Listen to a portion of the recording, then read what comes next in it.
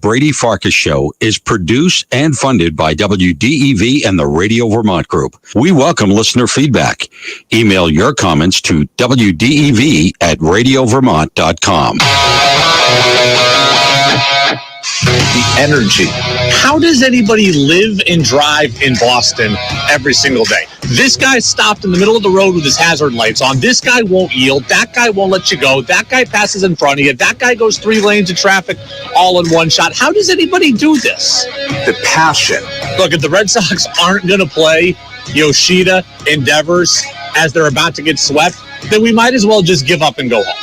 The opinions on all your favorite teams. I'm glad that Mac Jones looks better. That's really important. He needs to look better. But if it were a video game, he'd still have an overall rating of 76, and that ain't cutting it. This is the Brady Farkas Show on WDEV AM, FM, and WDEVradio.com. What's up, everybody? Happy Wednesday here on the Brady Farkas Show, WDEV, AM and FM, and WDEVradio.com. We go up until 6:10 today. Then it's Red Sox baseball. Sox taking on the Royals. Looking to, right now, have the series advantage against Kansas City after splitting the first two. Yesterday was an ugly game in a lot of different ways. Trevor Story returned 0 for 4 with 3 strikeouts. We'll talk about all of it with Caron of NESN. TC will be with us here in about 15 minutes. I'm here. Danny McKivergan is here on the other side of the glass. Danny, how are you? I'm good. How are you, Brady? I'm well as well. I'm fired up for our talk with TC here in 15 minutes. I'm also fired up for some Patriots preseason football tomorrow. So that's at 7 o'clock tomorrow against the Houston Texans. You can get in, by the way, on the text line 802-585-3026. That's 802-585-3026. Before we get to TC, I do want to start with the Patriots, Danny, so let's fire it up. 5, 4, 3, 2, 1. And here we go. The opening thoughts of the Brady Farkas Show are brought to you by Sticks and Stuff and by Swanton Lumber, Vermont's most complete locally owned home center with locations in Enosburg, Derby, Middlesex, St. Albans, and at Swanton Lumber. They're online at sticksandstuff.com. So, Danny, the Patriots open up preseason play tomorrow. They're doing so against the Houston Texans. We know this.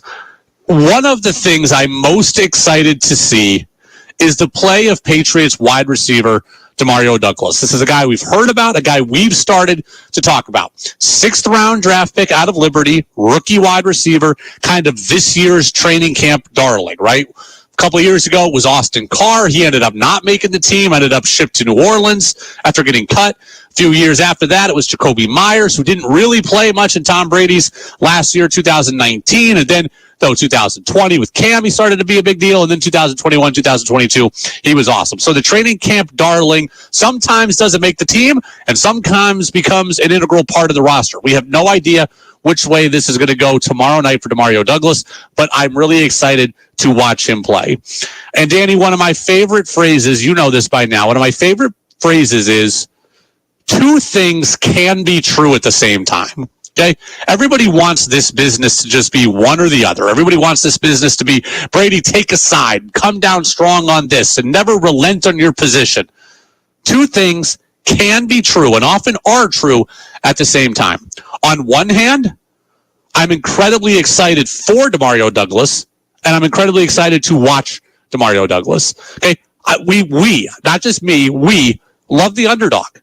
Okay, 6th round draft pick out of Liberty. You are the underdog. He's 5'8". He's 5'8" and undersized. He's from a non-football power, not even from an FCS school. I don't believe that Liberty is even in the FCS. So, or an FBS school, I should say. We love the underdog. We love the little guy. And in this case, literally that's true. 5'8". He is the little guy. We love those stories. And if he can come here and make an impact that the Patriots have a late round draft hit, we're going to be singing Bill Belichick's praises on that. So I'm thrilled for Demario Douglas, and I really want to watch him play tomorrow. And if he turns into Jacoby Myers or Victor Cruz, undrafted, late-round guy that makes an impact, it's just gravy on top for the Patriots. You do not expect 6th-round draft picks to hit. If you do get lucky and the guy's really good, you've gotten just that lucky. So that's true. That's in one bucket. I'm excited for Demario Douglas tomorrow night. Danny, you know what else is true, though? It's also true that the fact that we're sitting here saying Demario Douglas is one of the stories of training camp That is a problem for the New England Patriots. If we are sitting here talking about a 6th-round draft pick being the story in our wide receiver room and being one of these stories over the rest of the roster, that is not a good thing as we head into the regular season subsequently. Okay, I'm happy for Douglas. I want him to be good. He might be a home run for the Patriots late in the draft, and that's a huge benefit. If he can become the next Julian Edelman, the next Jacoby Myers, the next Victor Cruz, that's great. But the fact that he is the storyline beyond Mac Jones and Bill Belichick and Bill O'Brien, beyond that, one notch below that is Demario Douglas, that is a problem. And this points back to something I said earlier this offseason. The Patriots needed DeAndre Hopkins. I don't want to beat a dead horse. He's in Tennessee. I don't want to stay on this for too long, but it's the truth. If a 6th-round draft pick can turn heads this much and has everybody this excited, then you've done something wrong in how you've constructed your wide receiver room. That's just a fact. Danny, I know you're not a huge baseball guy. Have you ever seen the movie Little Big League? It's a movie that came out when I was a kid. It's one of my favorite movies when it comes to kids' sports movies. It's where the little kid manages the Twins. Have you ever seen this movie? Not seen that one. Okay, well, it came out like the same time as The Sandlot and Rookie of the Year, and Little Big League is kind of the forgotten cousin to those two movies, but it's phenomenal. Little kid manages the Twins. He's 12 years old, he manages the Twins. And he's got a favorite player who plays for the Twins, who's an older player who isn't playing that well. And he eventually has to cut this guy. He's his favorite player, he's got to cut him. And he brings him into the office, and the pitching coach is there. It's kind of his mentor, and he's saying to him, look, before the guy comes in, he goes, I really don't want to cut. I think Jerry was his name. I really don't want to cut Jerry. And he goes, look, Jerry's swinging it well. Jerry got a hit today. And he goes, kid, isn't it a problem when you get this excited about a seeing eye single? Like, that's all that Jerry has in the tank is the ability to hit a bouncing single up the middle. That's kind of where we're at with the Patriots wide receiver room right now. Isn't it a bad thing when the thing that gets us most excited, the thing we're pinning our hopes on, is a 6th-round, 5'8" draft pick out of Liberty? The Patriots needed DeAndre Hopkins. They needed a sure thing, and they don't have it. Again, Devontae Parker, I like as a number 2. Juju Smith-Schuster, I'm fine with as a number 2. Kendrick Bourne, I like in general, but he's a clear number 2 or 3. Tyquan Thornton, I have no idea what he is. And now there's Douglas. You have a bunch of question marks with injury, with productivity, with reputation, with all of it. And now tomorrow, when we go into preseason, we're talking about a 6th-round draft pick being the story. That is a problem. Andrew Callahan of the Boston Herald, he said as much yesterday, agreeing with me. I think he made these comments on WEEI in Boston. So they've gotten a little bit better, but when the biggest story out of camp is a 6th-round rookie named Pop Douglas, who stands at 5'8" and 190 pounds soaking wet, that's bad news for the rest of the group. Douglas has had a really good camp, but Juju Smith-Schuster should look more like a number 1, and he's honestly kind of disappeared the last few days, as has Bourne. Okay, that's not what I want to hear. Now, I don't know how these guys are going to play in the preseason. I wouldn't be shocked at all if Juju doesn't play tomorrow. I would imagine Bourne plays a little bit, but I don't think Parker's going to play. So I don't know if we're really going to get a chance to see a lot of these guys in actual preseason games here. Maybe we'll see more for joint practices as we come down the road. I know the Patriots are practicing with Tennessee before the Week 3 game. But this just paints the picture of what we said all along. The Patriots are thin at wideout. They needed help at wideout. They didn't address it. Now, there's room for Demario Douglas probably, right? There's room for 5 wide receivers, I would think. Parker, Bourne, Juju, Douglas, and Thornton, potentially, right? They could potentially keep 5 guys there. So there's room for all of them. But the fact that Douglas is this exciting to us, not a great reflection on what the Patriots did this offseason. And speaking of Tyquan Thornton, Peter and Williston says, I want to see what Tyquan Thornton can do. We all got to see what Tyquan Thornton can do because Mike Cadlick of WEEI in Boston put this out there the other day. Yeah, it was the same thing as yesterday, same groupings. It was Juju, Parker, Bourne, Demario Douglas, and Tyquan Thornton was again with that second unit. So it feels like a little bit of a squeeze out type thing. I don't know if I want to go that far yet, but he's definitely competing with Demario Douglas for that fourth spot, and Douglas clearly has the upper hand. That is also a horrible reflection on the New England Patriots, because Tyquan Thornton's a guy they drafted in the second round last year. He cannot be beating out. He cannot be beaten out. He cannot keep being beaten out. I'm getting all tripped up there on this one. He cannot be beat out by a 6th-round rookie who's 5'8". He just can't. 2nd-round draft pick out of Baylor. You chose him for a reason in that spot. He better be able to contribute. If he can't even crack your top 4 in year 2, that's a huge problem. I look at 2nd-round draft picks in the NFL for the last several years at wide receiver, and I think about Curtis Samuel, and I think about Terry McLaurin, and I think about DK Metcalf and A.J. Brown. These guys were 2nd-round draft picks. Okay, they were 2nd-round draft picks that are huge impact players for their teams.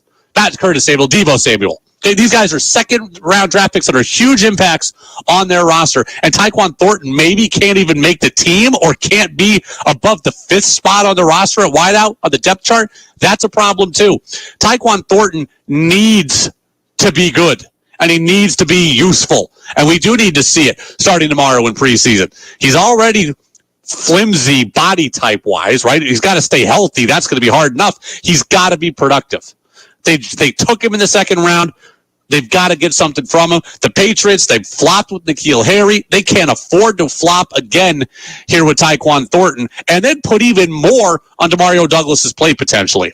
Joe in Richmond says, I'd rather they try to go sign T.Y. Hilton or Marvin Jones than keep Pop Douglas. I wouldn't go that far. No, I would not go that far. To be my 4th or 5th wide receiver, I'm okay with Pop Douglas. It just needs to be him at the 5th spot, and Tyquan Thornton has to go and earn the 4th spot. Okay, 2nd-round draft picks have to be able to beat out guys out of Liberty. It's just the way it is. Okay, I don't need him to turn into a Hall of Famer, but I need him to not be declared almost unplayable and unrosterable by year 2, because that would be another huge blight on Bill Belichick's draft prowess. We've talked a lot the last couple of years about how much better the Patriots have drafted, and they've gotten guys like Uche and Barmore and Duggar, and we like this year's class. And there's all this talk about Keon White and Marte Mapu, okay, Cole Strait. Like, there's guys that can play out of the last couple of years of Patriots drafts. If you can't hit on yet another wide receiver and another high-up wide receiver, the only one you've taken, along with Harry, in the last 3 or 4 years, that signifies a major problem. It's a passing league. It's a wide-out league. And if you can't find any in the draft high up, you've done something drastically wrong. Peter says, Thornton better not be like John Ross, who was a giant bust. He was taken in the 2nd round. He was the 9th overall pick by the Bengals a bunch of years ago. I mean, that's just a speedster who flopped. I mean, John Ross had some injuries as well. Tex says it's crazy how often the Pats draft high picks at wide receiver. They haven't done much in the NFL. Yeah, Harry.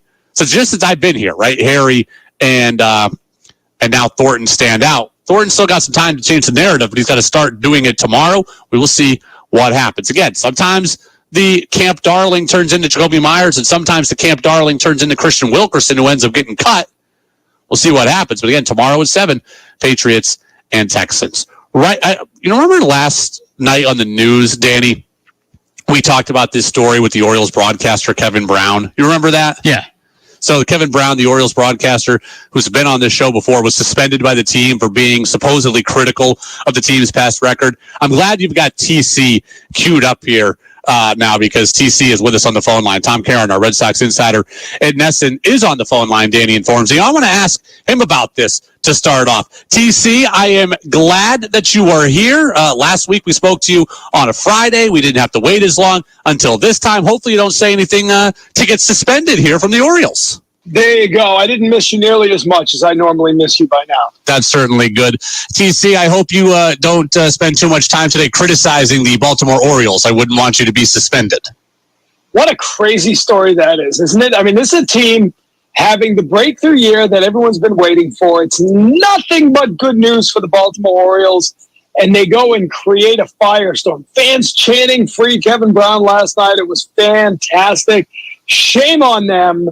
And I can't wait to hear how he handles his return, because they have absolutely created a firestorm, and he is the good guy in all of this, and they are the villain. He said nothing. I mean, there was not even any editorial. There was no personal comment.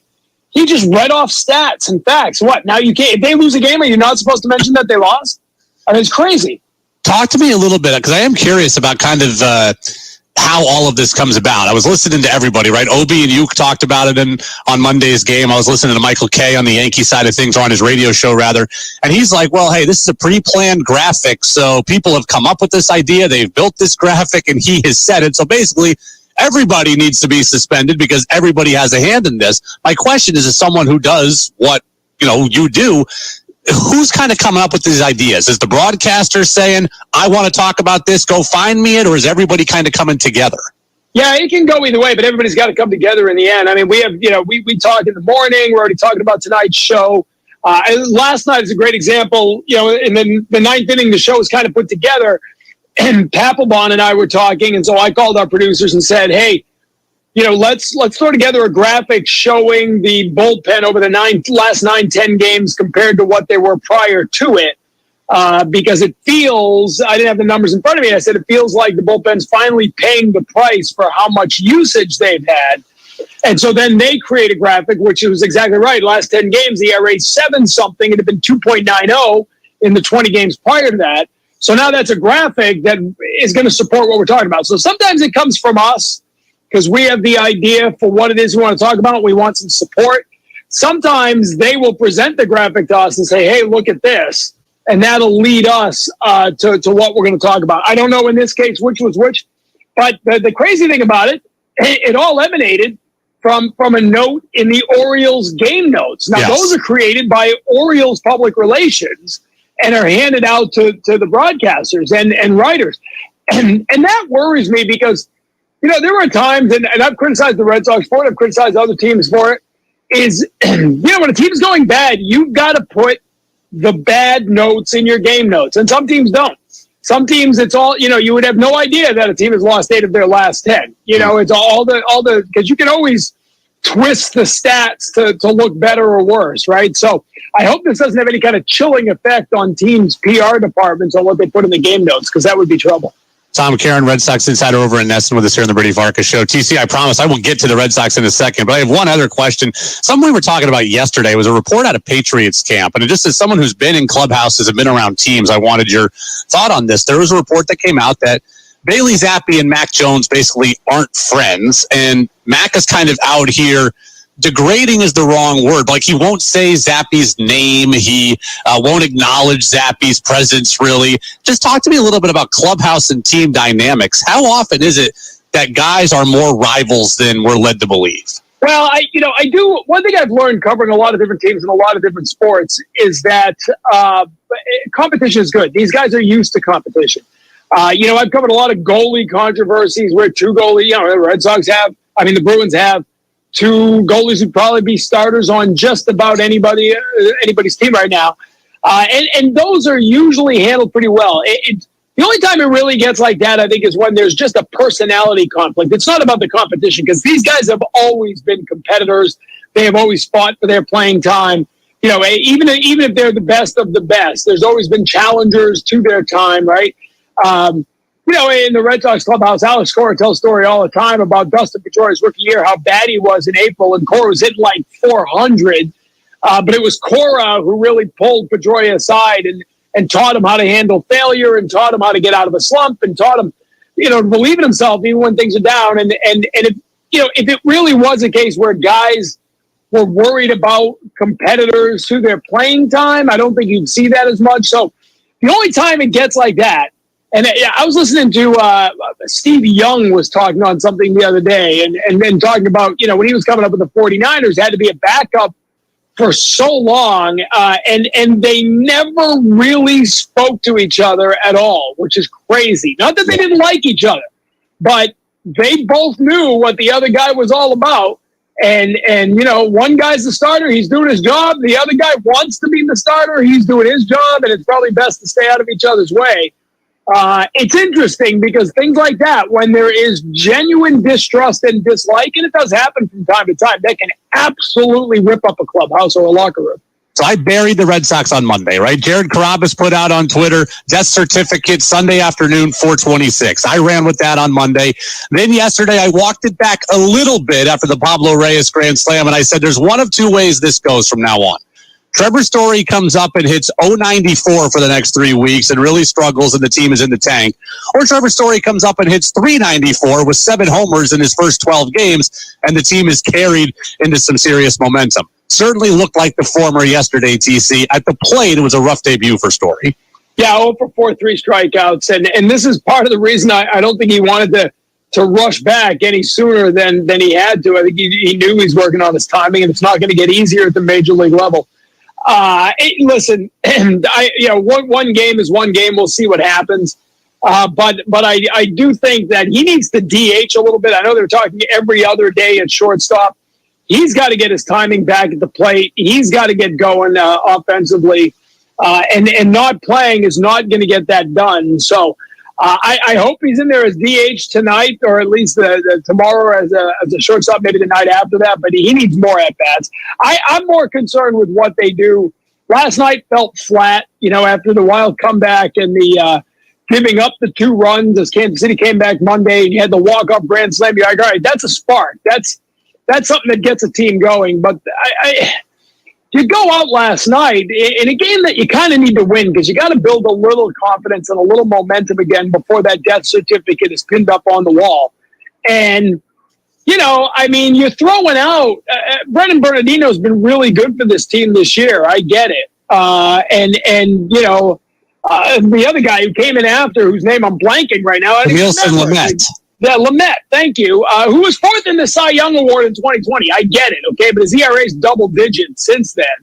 And you're throwing out there guys who've been released by Cincinnati and Colorado. And, you're just really at the point now where the bullpen is sagging. I love that Nick Pivetta is starting tonight.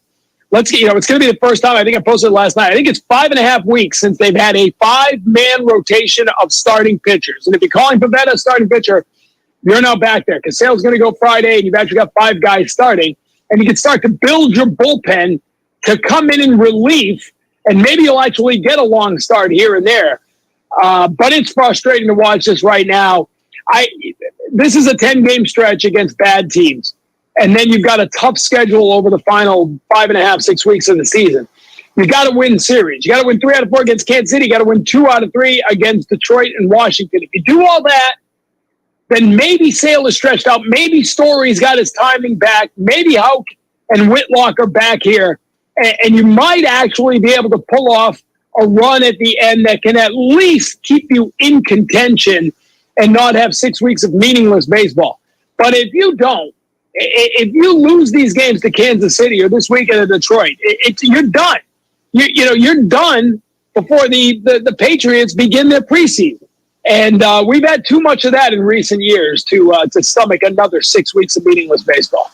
TC, let me ask you another question about Story. Why does he have to hit third, though, in this time, right? Like, these are important games. He needs the reps. Couldn't he hit 6, take some of the pressure off, and maybe see some more fastballs? I mean, is there that compromise in there? Yeah, and I wouldn't be surprised if you see a little of that. I think that, the thing that you realize now is how badly this team needs Justin Turner. How important he was to his team. He's dead with the heel. I don't think he's playing tonight. I don't think he's playing tomorrow. And I think the confluence of Story's return with Turner out made it easy to slide him up there, right? My guess is if Turner was in the lineup last night, you would have seen exactly that. Story batting 6-7, taking the pressure off a little bit, easing him up a little bit. But, man, that Turner absence is a big deal, because Jonathan Papelbon said it last night. He said even when we had bad seasons, we were coming at you with Ortiz and Manny and Pedroia, and guys that put a little fear into the pitching staff. Devers hasn't been himself without support around him, but I got thinking on the way home last night, who's been putting that fear in? Justin Turner. Turner's the guy. What was he? Before the injury, he led the American League in RBI over the last couple of months. He was the guy who, if there's a guy in second and third, he was getting him in. And man, they're just not the same lineup without him. TC, are my Mariners going to catch the Blue Jays since the Blue Jays don't ever want to lose? They did lose last night, I know, but the Mariners are 2 back right now. Are the M's got a chance to catch them? I don't know. I still, I'm still in shock from watching what the Blue Jays did at Fenway over the weekend. So the Blue Jays made a believer out of me. That lineup had been really quiet for a long time, and all of a sudden woke up over the weekend. Even though they got shut out last night, that 1-0 loss. They're going to get Bo Bichette back. They've got some starting pitching. If Manoah pitches like he did the other day, this is a legitimate rotation again. I think the Blue Jays are good. And the Astros, what a comeback last night, down 5-0 to Baltimore. They come back and win that game 7-6 as the crowd chants for Kevin Brown. You do wonder. Bring it full circle back to what you're talking about at the beginning. In other words, I'm doing anything I can to not talk about the Mariners. Yeah. Because who cares? Except for you. But I do wonder if this Kevin Brown thing can become something that derails the team. I do believe in mojo, and I know baseball is a game not played with momentum or any of that stuff, but I do believe that you create, it's kind of like when the Bruins had the whole thing this winter, it just came out of nowhere. They overcame that. Can the Orioles overcome it? We'll see. TC, much appreciated. Look forward to watching you on the NESN broadcast tonight, and we'll catch up next week. All right. Hope I didn't say anything that gets me suspended. Not for the Brady Farkas show, at least. You're welcome back here next week. Appreciate that. Thank you. I appreciate it. Hey, you're very welcome. We appreciate it as well. Yes, TC will not have to serve a suspension here from the Brady Farkas show. Texter says, it's TC time. It's learning time. Hopefully you learned something. TC is the man. I don't want to be a hypocrite. I was not thinking this at the time yesterday when we gave you the lineups. After the fact, I thought to myself, could they have found a different spot for Story in the lineup? And I'll be honest with you, he might be in a different spot tonight. I don't know that. I have not looked at the lineup yet. I'm going to look at it when I give it to you here at about 6:05 in about 10 minutes. So I have not looked yet, but I thought to myself after the game yesterday, maybe Story could have found a spot different in the lineup. To come in and hit third in a major league lineup in a playoff chase, in theory, a playoff chase, that's a tough ask for a guy who has not seen live major league pitching in 10, 11 months. It's a tough ask. I mean, could they have played Duran and, had, some version of Duran and Yoshida and Devers and Duvall and all these guys be ahead of him? Yeah, they probably could have. You put him down at 6th. You let him hit behind some guys. You let him get some fastballs. That could have been the better play. Story didn't look, I wouldn't say he looked lost last night, but he looked like a guy who hadn't played in 11 months at the major league level. I mean, Singer is not a great pitcher this year, right? ERA over 5 coming into yesterday, but he does have very good stuff. He was a guy who was first-round draft pick just a couple of years ago, was pitching in the College World Series at the University of Florida. So, I mean, the at-bat I remember specifically is Story's second at-bat where he's just kind of waving at sliders on the outside corner. You can tell his timing is a little bit off for sure. Tex says Brady's listeners peripherally don't care about his Mariners and Seahawks. TC needs to be easy. TC does like to take shots at my teams. I'll say that. Buster is much more friendly about my teams. Buster will come on and say, oh, Brady, your Mariners are doing this, or hey, your Mariners might do that. And Buster will throw in my Mariners without me having to ask. TC likes to take some shots. Like TC is like a bitter Boston fan where if his team is not doing well, no one else can have nice things as well. So we'll see what happens. But I believe in good fan karma. TC wants to keep sending me negative vibes. They'll eventually find him as well. I try not to throw shade, though, on other people's teams. So the TC interview will be available shortly on the Brady Farkas Show podcast channel on Apple Podcasts, Spotify, and WDEVradio.com. We'll get the CBS News update. We'll come back. We'll give you the Red Sox lineup. Sox taking on the Royals game 3 of this series against Kansas City. TC says you got to win this series, then you got to win against Detroit, you got to win against Washington. See if they can do it and pick up a series assured victory tonight, or at least I take that back, at least a series split tonight. Red Sox lineups coming up next against the Royals here on WDEV, AM and FM, WDEVradio.com.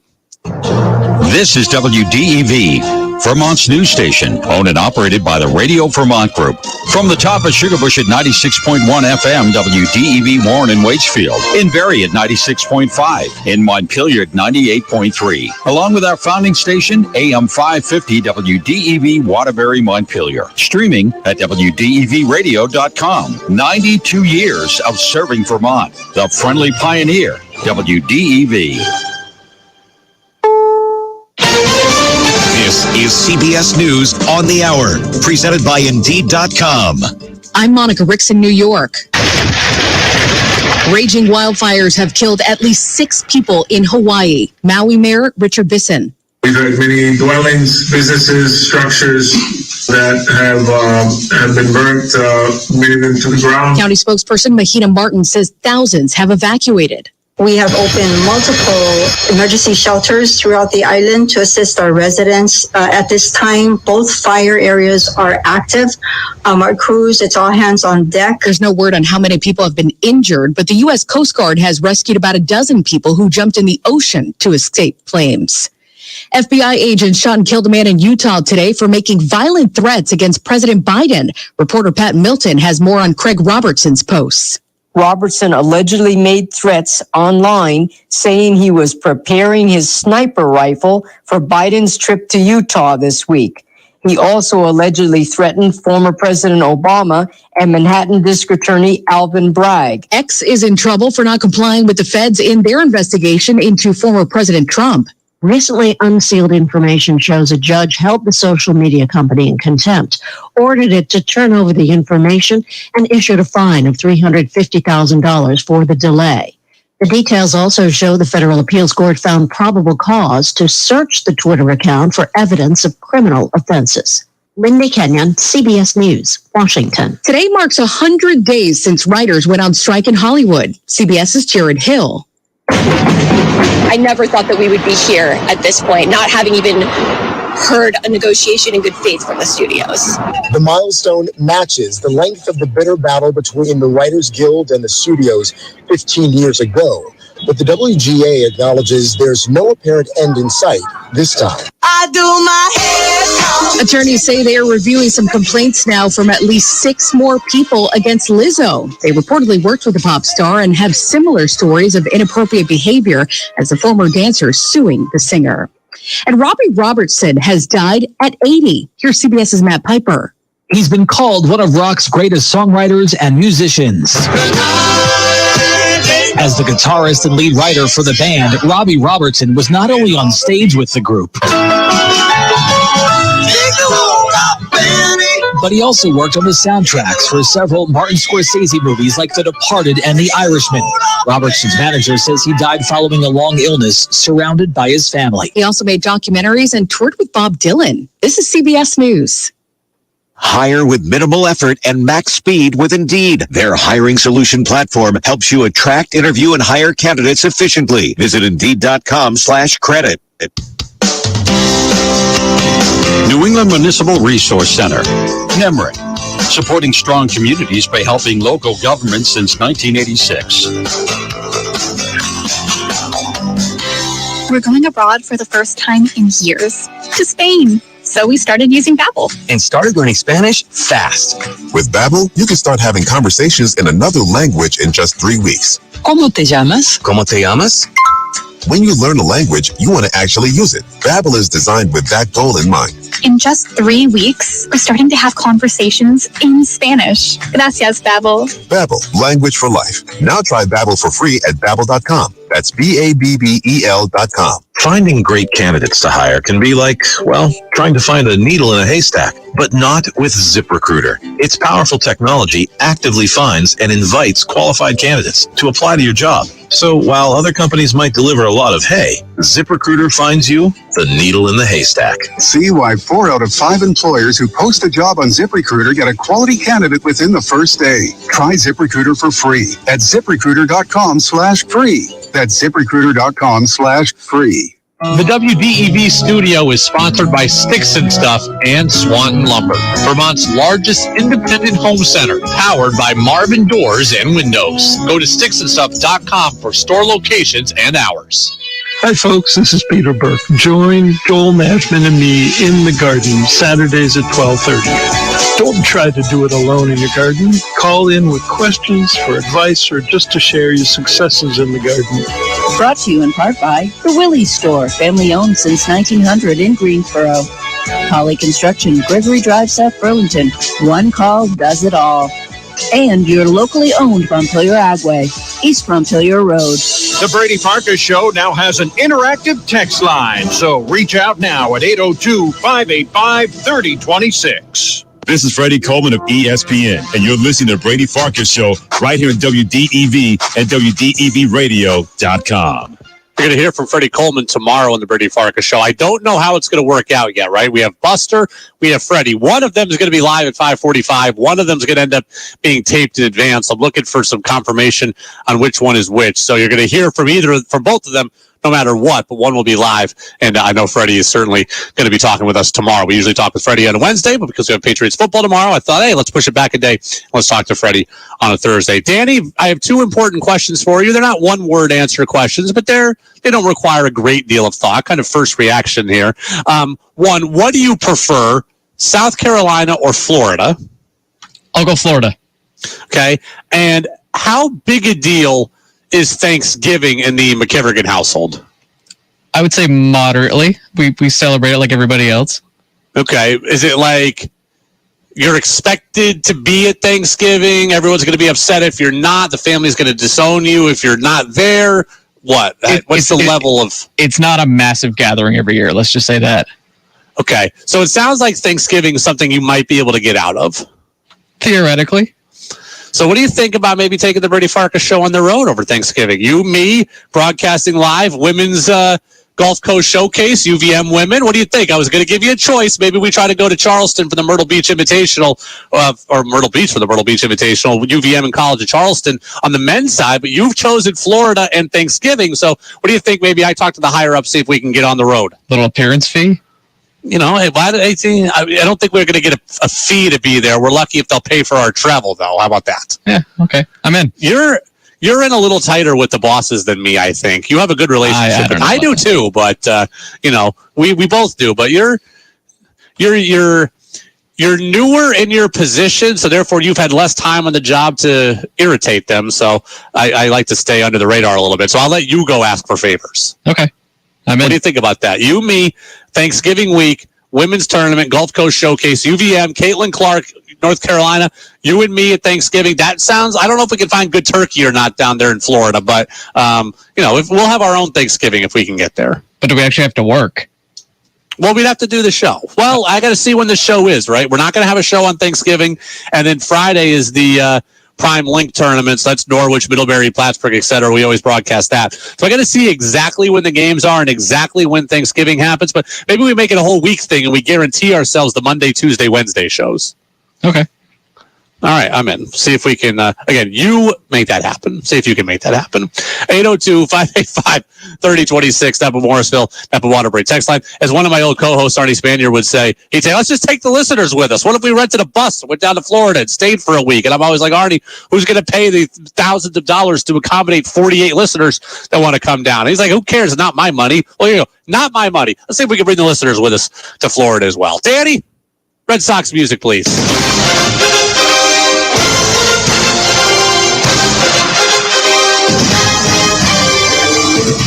Man, I get so hyped when I hear that music. Royals 37-78. They're in fifth place in the AL Central. They have the second worst record in baseball. They send Jordan Lyles to the mound. He's 3-12. The Red Sox send Nick Pivetta to the bump. He's 7-6. Sox are 58-55. Michael Garcia is the designated hitter for Kansas City. He leads off at 278. Bobby Witt Jr.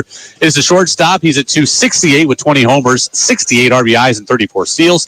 Nick Massey's, is at second. Salvador Perez is at first today. MJ Melendez is the left fielder. He bats fifth. Hitting sixth is the catcher. That is Freddie Fermin. Drew Waters, who homered yesterday, is in right. Matt Duffy is at third. And Kyle Isbell is the center fielder. He bats ninth. For the Sox, Jaron Duran leads off at center. Masataka Yoshida hits second today in left. Trevor Story is in the lineup. He's at DH. He is hitting third again. Okay. Rafael Devers is in the cleanup spot at third. Tristan Casas is at first. Alex Verdugo in right. Luis Arias is at second. Reese McGuire, the catcher, and Pablo Reyes is the shortstop. He bats ninth. Now you're seeing, as TC said, without Justin Turner here, kind of the impact of Turner not being here. If Turner were here, people could push down a little bit, and maybe you wouldn't have to see Story in the 3 spot, but he is there again tonight. That game gets going here in about 1 hour. Red Sox pregame show is coming up next. Go download the podcast on Apple Podcasts, Spotify, and WDEVradio.com. For Danny, I'm Brady. See you tomorrow. It's time for the Mass Mutual Red Sox pregame show. Proudly brought to you by